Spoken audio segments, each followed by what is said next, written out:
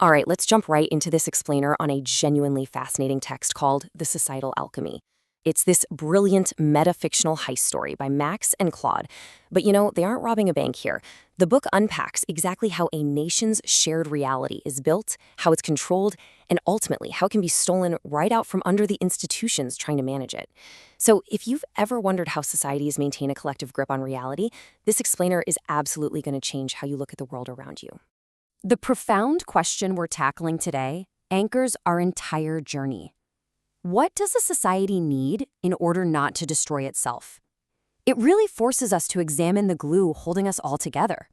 I mean, is it laws? Is it brute force? Or is it something way more fragile? Today, we're going to explore the hidden architecture of the stories that literally keep our city standing and stop communities from tearing each other apart. So, here's our game plan. We'll start with stealing consensus itself, then look at the anatomy of the framework, dive into the original 1961 blueprint, unpack the authorization heist, talk about recognizing the mechanisms, and wrap up with building a narrative commons. Let's get moving. Section 1, Stealing Consensus Itself. Okay, the crucial thing to grasp here is that the target of this heist is consensus itself, what the authors call the master narrative. Think of this as the agreed-upon version of events that allows total strangers to trust each other enough to, say, build cities, sign contracts, or elect governments without it devolving into constant bloodshed.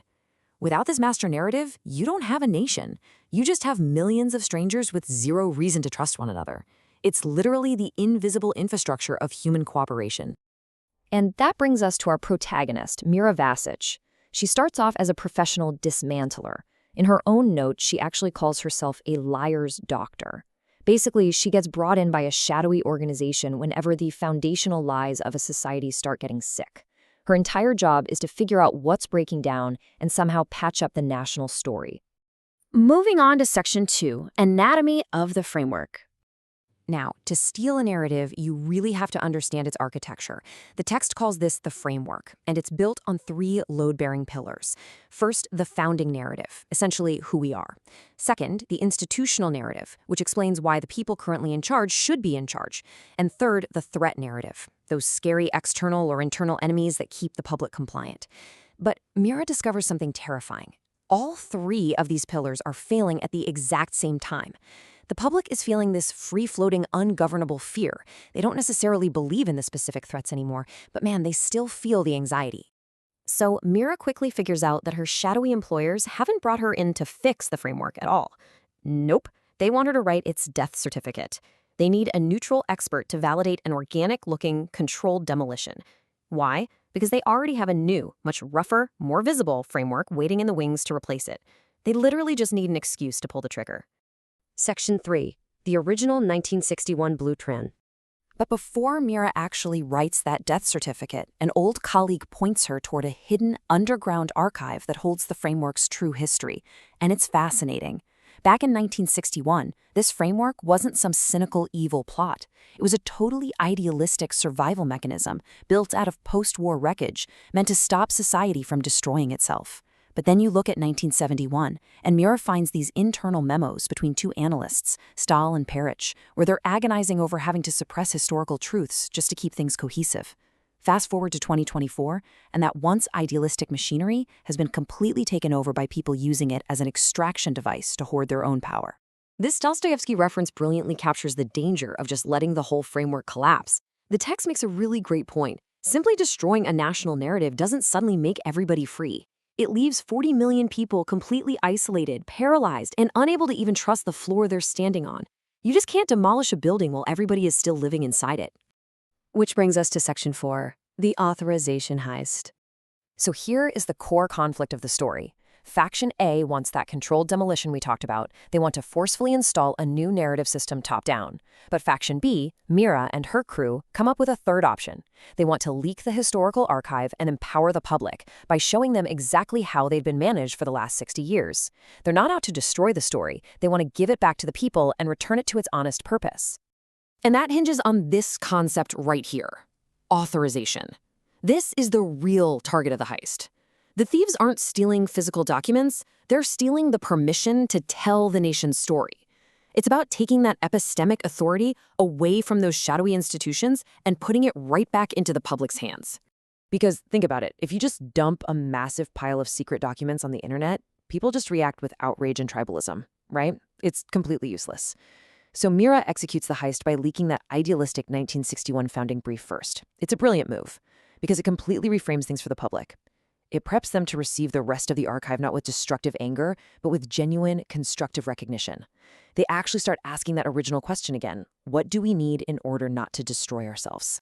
Section 5. Recognizing the mechanisms. The authors actually lay out the exact life cycle of institutional control for us. It kicks off with the founding mechanism, an honest, genuine question. But by step 2, the consolidation mechanism, the people benefiting from the story make it self-evident, so you aren't allowed to question it. Step 3 is inheritance, where new leaders take over the machine and incrementally corrupt it. Then comes step 4, exhaustion, where that free-floating fear emerges because public belief is dying. Finally, step 5 is the replacement mechanism, where institutions clumsily try to rebuild using the exact same flawed top-down machinery. We really have to learn how to spot this life cycle to protect ourselves. The authors bring in these literary heavyweights to remind us that we're all participating in these power dynamics. Margaret Atwood would say, to watch how power moves. Toni Morrison reminds us that the decisions of the past are literally haunting our present rooms. The past is never really gone. And Kazuo Ishiguro would tell us to pay close attention to what the narrator is omitting. Sometimes the silent parts of the story are the most crucial. Section 6. Building a narrative commons. So, what's the solution? It's building a narrative commons. We absolutely have to stop treating a society's story as institutional property, managed by elites in the shadows. Instead, we need to treat our origin stories, our exemplary figures, and our symbolic events as public goods. They're infrastructure that belongs to everyone, no different than our roads or our water systems. When you compare the two models, the stakes become super clear. A master narrative is institutional property. It relies on a single, load-bearing element, which means if just one part of the story proves false, you risk a catastrophic societal collapse. But a narrative commons, that's a public good. It's distributed, it's provisional, and most importantly, it actually responds to evidence. It gives a society the flexibility to argue, revise, and adapt to the truth without the whole thing falling apart. And here is the ultimate takeaway of our explainer today. If your society is fracturing, you don't need a newer, shinier piece of propaganda. You need the conditions under which stories can be honestly examined and revised. We're talking about maintaining a free press, academic freedom, protecting dissent, and ensuring genuine political pluralism. That is the only real way to keep a society from destroying itself. I'm going to leave you with this provocative thought to chew on. Look at the stories operating in your own world right now. Look at the news, your institutions, your culture. Are they demanding your blind belief just to prop up a fragile master narrative? Or are they actively inviting you to help write and revise a narrative commons? The future of our shared reality really depends on the answer. Keep asking those hard questions, and thanks so much for joining me on this explainer.